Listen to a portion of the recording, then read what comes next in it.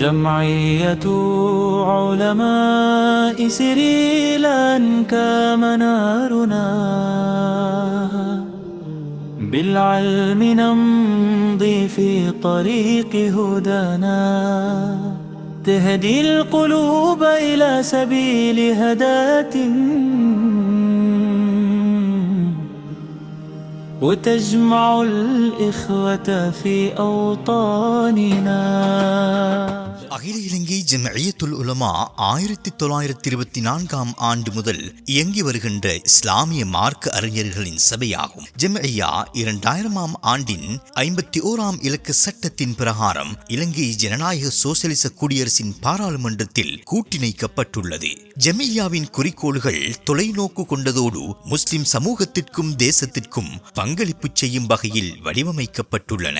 தற்போது ஜம்இய்யா 24 மாவட்டங்களில் 170 கிளைகளை கொண்டுள்ளதுடன் 10,000க்கும் மேற்பட்ட மார்க்க அறிஞர்கள் ஜம்இய்யாவில் அங்கத்துவம் பெற்று உறுப்பினர்களாக உள்ளனர். இதன் நிறைவேற்று குழு மற்றும் மாவட்ட பிரதேச கிளைகள் 3 வருடங்களுக்கு ஒருமுறை கலைக்கப்பட்டு புதிய நிர்வாகிகளுக்கான தெரிவுகள் நடைபெறும். இதன் அடிப்படையில் கடந்த 2025ஆம் ஆண்டு ஆகஸ்ட் மாதம் 30ஆம் திகதி அன்று நடப்பு ஆண்டுக்கான அகில இலங்கை ஜம்இய்யத்துல் உலமாவின் நிறைவேற்று குழு தெரிவு செய்யப்பட்டது. கடந்த 2025ஆம் ஆண்டு ஆகஸ்ட் மாதம் 17ஆம் திகதி காலையில் பொதுக்கூட்டம் நடைபெற்றது. அக்கூட்டத்தில் யாப்பு திருத்தங்கள் முன்மொழியப்பட்டு பொதுச்சபையால் அங்கீகரிக்கப்பட்டது. கடந்த 2025ஆம் ஆண்டு ஆகஸ்ட் மாதம் 30ஆம் திகதி காலையில் முன்பிருந்த நிறைவேற்று குழுவின் இறுதி நிறைவேற்று குழு கூட்டம் நடைபெற்று தெரிவுக்காக அஷேக் MHM புர்ஹான் அவர்களின் தலைமையில் அஷேக் AHM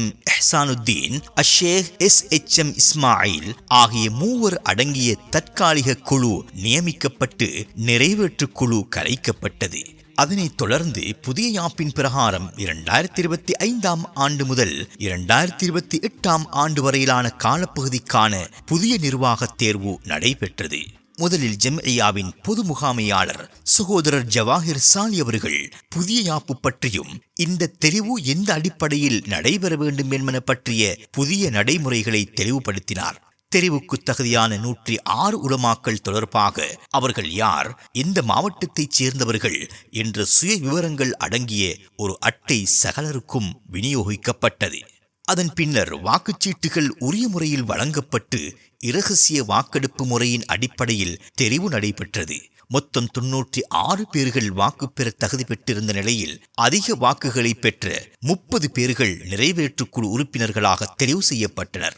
தெரிவு செய்யப்பட்ட இந்த நிறைவேற்று குழு 2026ஆம் ஆண்டு முதல் 2028ஆம் ஆண்டு முடியும் வரையிலான காலப்பகுதிக்கான நிறைவேற்று குழுவாக செயற்படும். கண்டிப்பாக நிறைவேற்று குழுவில் 51 நபர்கள் இருக்க வேண்டும் என்ற யாப்பின் விதிகளுக்கு அமையவும் சகல மாவட்டங்களையும் பிரதிநிதித்துவப்படுத்தப்படும் உறுப்பினர்கள் நிறைவேற்று குழுவில் அங்கம் வகிக்க வேண்டும் என்ற யாப்பின் விதிக்கமையவும் விடுபட்ட மாவட்ட அடிப்படையில் மேலதிக 15 போனஸ் உறுப்பினர்களும் தெரிவு செய்யப்பட்டனர். பின்பு தகுதி திறமை என்ற அடிப்படையில் மேலும் 6 உறுப்பினர்கள் தெரிவு செய்யப்பட்டனர்.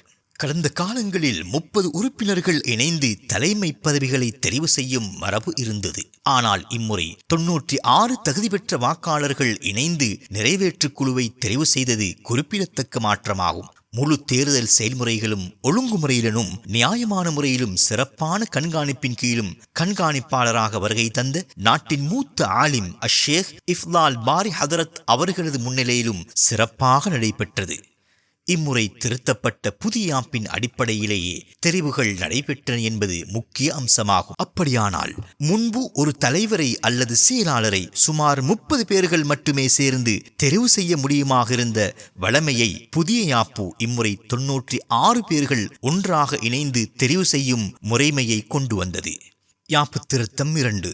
புதிய யாப்பு ஜம்இய்யாவின் தலைவரே சகல உபகுழுக்களினதும் பதவி வழி தலைவராக இருக்கும் வேளையில் தற்போது ஜம்இய்யாவின் பயணத்தை இலகுவாக்குவதற்காக உபதலைவர்களுக்கு நிறைவேற்று குழு குறிப்பிட்ட பொறுப்புகளை தீர்மானித்து வழங்கி அவற்றின் செயற்திட்டங்களை நிறைவேற்று குழுவின் அங்கீகாரத்துடன் சுயமாக நிறைவேற்ற அங்கீகாரம் வழங்கப்பட்டு ஜம்இய்யாவின் 14 உபகுழுக்களில் 11 உபகுழுக்களின் பணிகளை 5 உபதலைவர்களுக்கு குழுக்களின் தவிசாளர் என்ற பொறுப்புடன் வழங்கப்பட்டுள்ளது. அத்துடன் இம்முறை நிறைவேற்றுக் குழுவின் ஒரு முடிவாக இந்த நிர்வாகத் தெரிவை மேலதிகமாக கண்காணிக்க நாட்டின் முக்கிய மூத்த உலமாக்கள் மற்றும் முஸ்லிம் சமய பண்பாட்டலுவல்கள் திணைக்கள பணிப்பாளர் என பலர் அழைக்கப்பட்டிருந்ததும் ஒரு முக்கிய அம்சமாகும். அத்தோடு திருத்தப்பட்ட யாப்பில் முன்னேற்றகரமான பல மாற்றங்கள் காணப்படுகின்றன.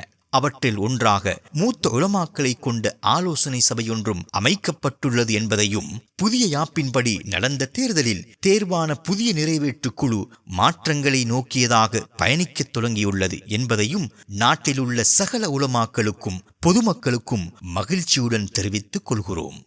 ஜஸாக்குமுல்லாஹு கைரா.